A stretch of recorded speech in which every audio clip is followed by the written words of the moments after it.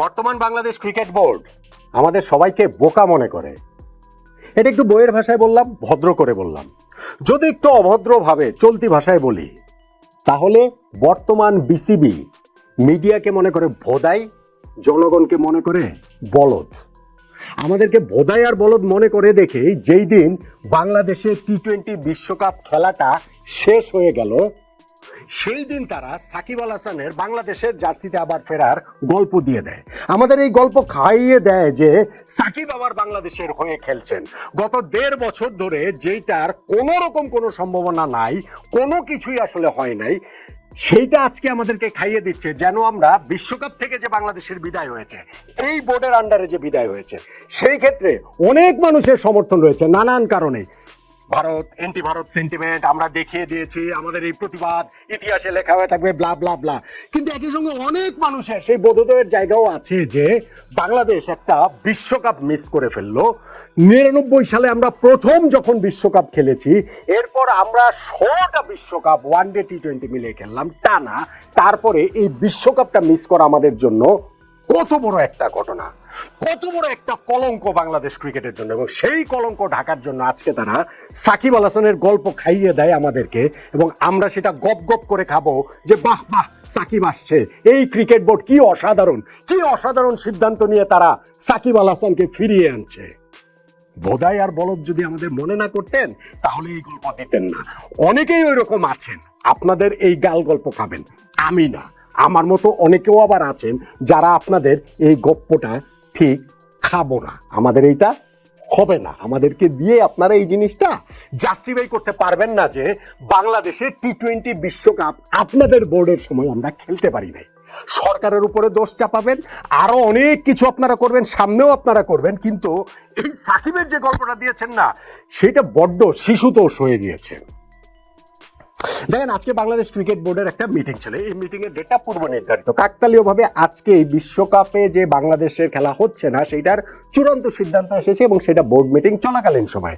আমি জানি না এইটা কার উর্বর মস্তিষ্ক প্রসূত যে না, আজকের এই দিনে মিডিয়াকে এই গল্পটা ছেড়ে দেই, বাজারে তারা এই গল্পটা তখন দিয়ে দিতে পারবে যে সাকিবকে বাংলাদেশে আমরা ফিরিয়ে আনবো। আজকে যখন এই দীর্ঘ মিটিং শেষে প্রেস কনফারেন্সে এসেছেন ক্রিকেট বোর্ডের 3 জন ডিরেক্টর, সেই 3 ডিরেক্টর আমজাদ ভাই এসেছেন, রাজ এসেছেন, এবং গায়ক আসিফ, তিনি তো এখন আবার বোর্ড ডিরেক্টরও, তিনিও এসেছেন। তারা এসে ওই নিজেরাই যেচে পড়ে গল্পটা দিচ্ছেন যে আমাদের বোর্ডে আলোচনা হয়েছে যে সাকিব আল হাসানকে আমরা ফিরিয়ে আনার ব্যাপারে আমাদের আর কোনো আমরা এখন এই বিষয়ে ঐক্যমত্য বুঝেছি যে সাকিব অ্যাভেলেবেল যেখানটাতে থাকবেন, তার ফিটনেস, তার ফর্ম, সিলেকশন প্যানেল তাকে সেই কলটা দিতে পারবে। হোম সিরিজ, অ্যাওয়ে সিরিজ এইসব কোনো বিষয় নেই, সাকিব হচ্ছে যে বাংলাদেশের জার্সিতে খেলার জন্য অ্যাভেলেবেল থাকবেন। তাহলে সাকিব যে লাস্ট টেস্টে খেলতে চেয়েছিলেন, আসতে পারেননি, সেটার কি হলো?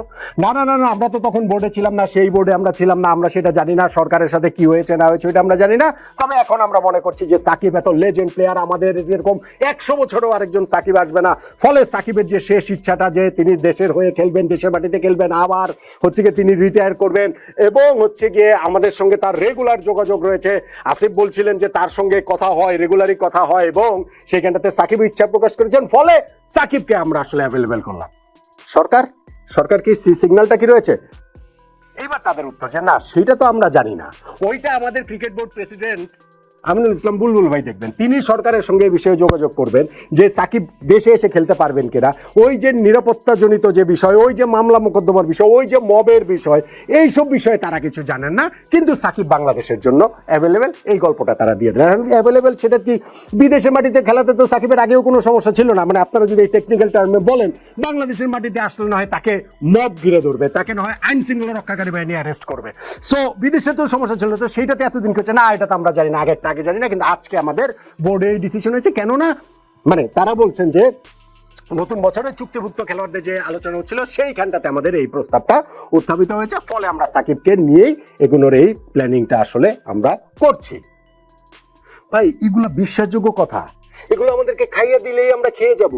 বাংলাদেশের আজকে টি-20 ওয়ার্ল্ড কাপ খেলতে পারে নাই বলেই আপনারা এইগুলো হচ্ছে গিয়ে মিডিয়াকে খাওয়ানোর চেষ্টা করছেন, এই গল্পটা বাজারে ছেড়েছেন আপনারা, এবং সেইখানটাতে নিজেদের ব্যর্থতাটা ঢাকার জন্য। সিচুয়েশন কোনো চেঞ্জ হয় নাই। সাকিব আল হাসানও রাজনীতি করবেন, যেই দলের হয়ে রাজনীতি করেছেন সেই দলের হয়েই তিনি রাজনীতি করবেন। সাম্প্রতিক সময় বিভিন্ন ইন্টারভিউ দেখেছেন না, আপনারাও তো রেফারেন্স দিয়েছেন, সেখানেও সাকিব ক্লিয়ারলি অ্যান্ড লাউডলি বলেছেন অবশ্যই তিনি রাজনীতি তিনি করবেন, আওয়ামী লীগের হয়েই তিনি রাজনীতি করবেন। তো সে আওয়ামী লীগের কার্যক্রম তো বাংলাদেশে নিষিদ্ধ। আপনারা ওই যে বলছেন যে দেশের বাইরে যে ভারতে যে আমরা খেলতে যাবো, আজকেও প্রেস কনফারেন্সে বলেছেন যে ওইখানে হচ্ছে গিয়ে ওই পতিত সরকারের কোট অ্যান্ড কোট অনেক হচ্ছে গিয়ে লোকজন রয়েছেন যাদের কারণে সিকিউরিটি থ্রেট হতে পারে, স্যাবোটেজ হতে পারে। তো সেই দলেরই তো একজন লোক সাকিব আল হাসান। তখন আবার বলছেন যে আমরা তাকে খেলোয়াড় হিসেবে বিবেচনা করছি শুধুমাত্র। তো গত 1.5 বছর কি সাকিব প্লেয়ার ছিল না? গত 1.5 বছর সাকিবকে শুধু প্লেয়ার হিসেবে বিবেচনা করতে পারেন নাই? আজকে যেই দিন বাংলাদেশ হচ্ছে গিয়ে টি-20 ওয়ার্ল্ড কাপ খেলাটা আমাদের শেষ হয়ে গেল, সেই দিন এই গল্পটা আপনারা দিয়ে দিলেন, এবং এটা আপনারা জেনে দিলেন যে বাংলাদেশের নেক্সট সিরিজ মার্চ মাসে পাকিস্তানের বিপক্ষে হোম সিরিজ, তার আগে আপনারাই থাকেন কিনা তার ঠিক নাই। এই কি বলা চলে ফেব্রুয়ারি 12 তারিখে নির্বাচনের পর নির্বাচিত সরকার আসলে এই বোর্ড থাকে কিনা তার ঠিক নাই।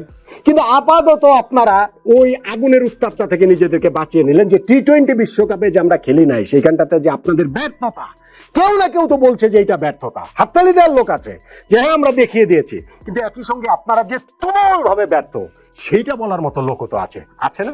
এবং সেই সময়টাতে যখন আপনারা এই ব্যর্থতা আড়াল করার জন্য সাকিব আল হাসানের দেশে ফেরার যে গল্পটা দিয়ে দেন, এবং আপনারা বলছেন যে না না সাকিবের সাথে কথা বলেন, তিনিও রাজি রয়েছে, ভাই সাকিব বাংলাদেশের মাটিতে আসবেন, সাকিব বাংলাদেশের জার্সিতে আবার খেলবেন, সেই কথা আমি আমার প্ল্যাটফর্মে অনেকবার বলেছি। আপনাদের এই স্টানবাজি করা লাগবে না, আপনাদের এই দয়া দাক্ষিণ্য দেখানো লাগবে না, আপনাদের এই যে বিশ্বকাপ খেলতে না পারার ব্যর্থতা ঢাকার জন্য সাকিবকে আনতে হবে না।